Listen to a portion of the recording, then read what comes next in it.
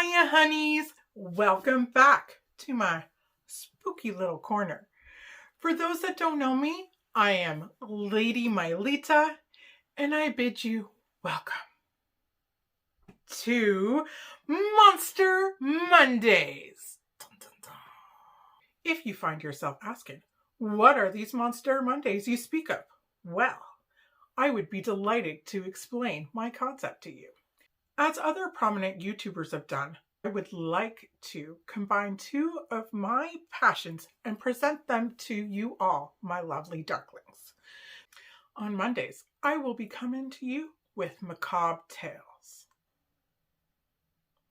either of folkloric monsters or epic legendary creatures, or of delightfully dark and savage movies.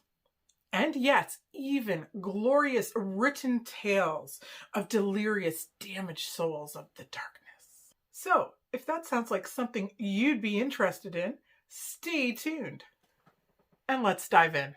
Okay, darklings. So as I go along, all the makeup I'm using, I am going to put in our description box because I have a lot I want to talk about.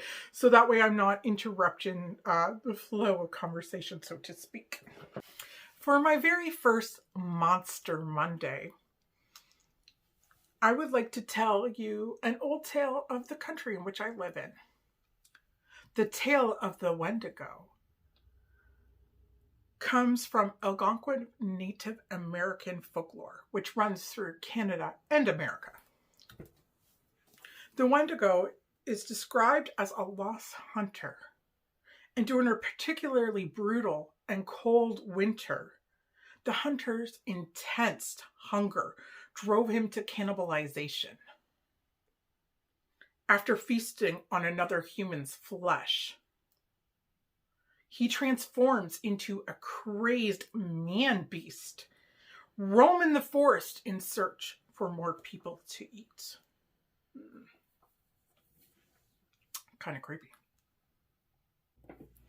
So the exact descriptions of the beast often differs, depending on who you ask.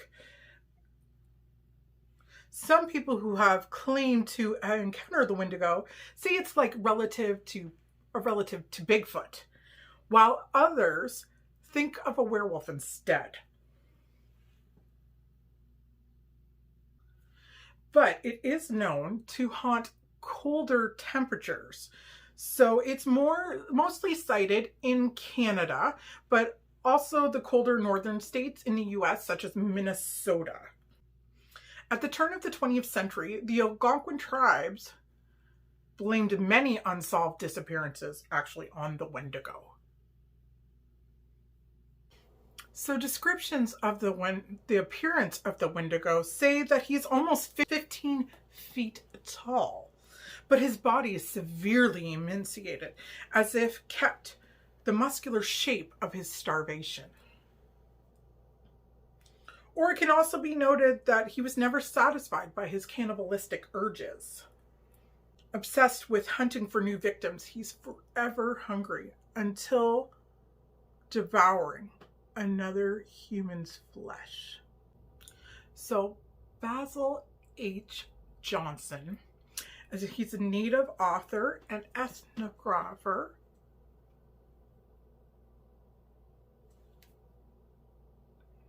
described the Wendigo in his book, The Manitouus, as, I'm going to read this to you so that way I don't mess it up.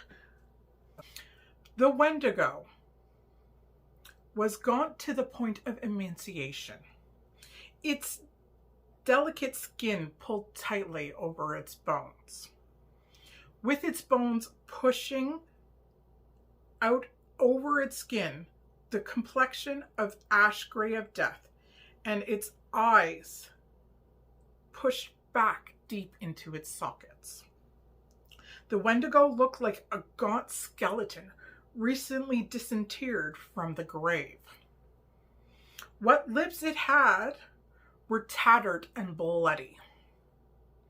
Unclean and suffering in separation of flesh, the Wendigo gave off a strange and eerie odor, of decay and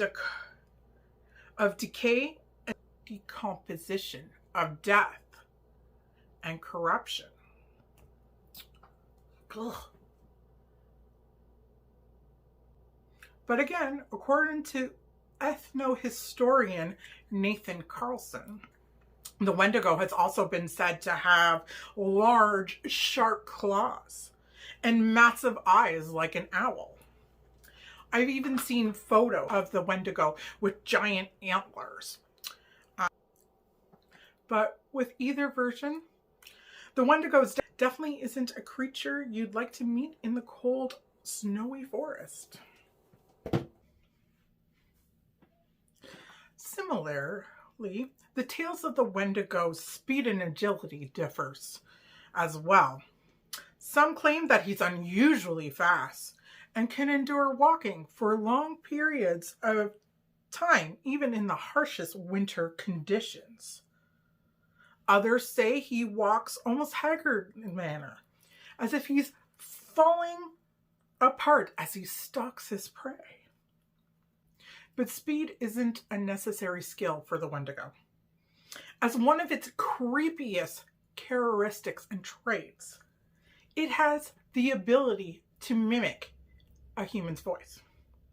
He uses this skill to lure humans in and draw them away from civilization. Once they are isolated in the wilderness, he attacks them. And it's dinner time. Flesh. There is yet another version of the Wendigo that actually has the power of cursing a human and possessing them.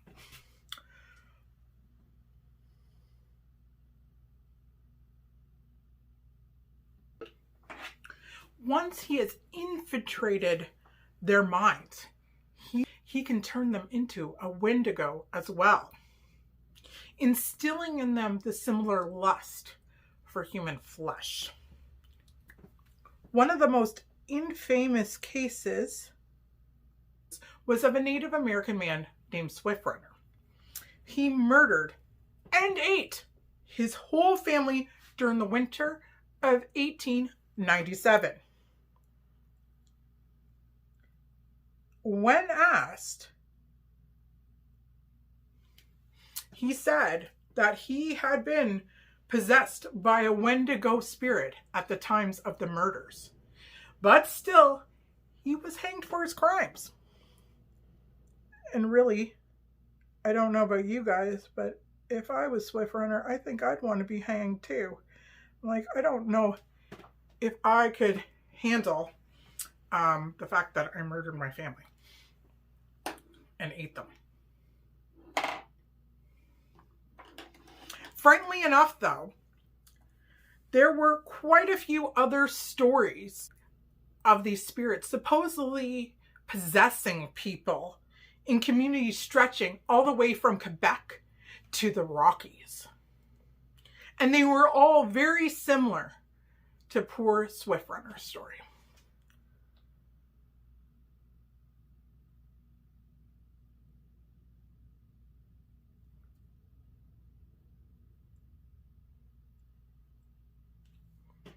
On a side note, this is my first time trying a Batwing graphic liner, and I don't know how you folks do it, but this, it looks terrible.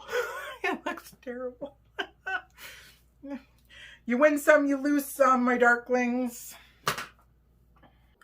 The majority of Wendigo sightings happened in between 1880s and 1920s, with very few reports since then.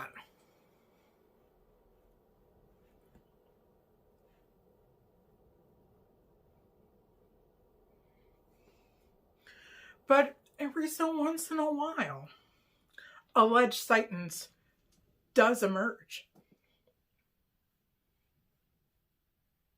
Most recently, in 2019, mysterious howls in the Canadian wilderness led some people to question whether they were caused by the infamous man-beast.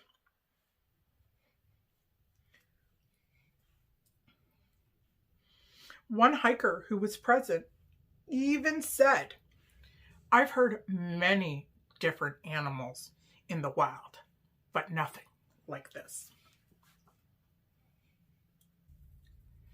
Much like other legendary monsters, the Wendigo remains a fixture in our modern times. It has even been depicted on such TV shows as Grimm, Supernatural, and Charmed. And it's even become a video game in the game Until Dawn.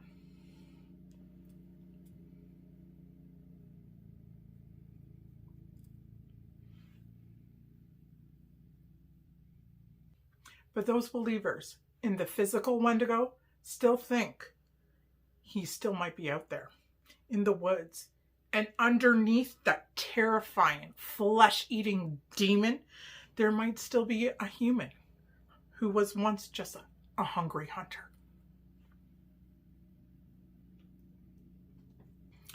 And that, my honeys, is the tale of the Wendigo. I hope you enjoyed this type of video. I am trying to kind of branch out and think of different ideas where I can still do the love of makeup I have so much and express other things as well.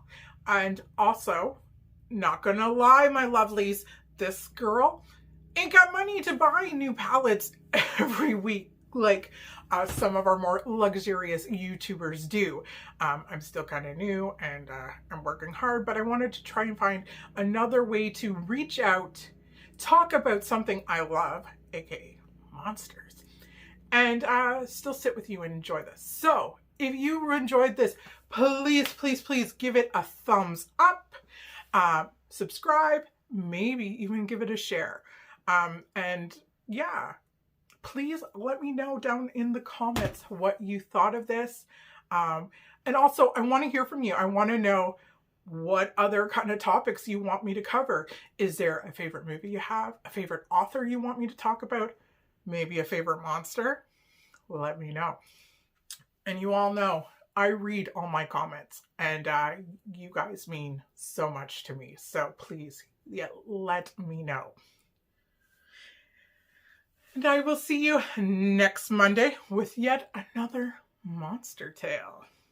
Until then, please stay safe, be careful, don't do anything silly.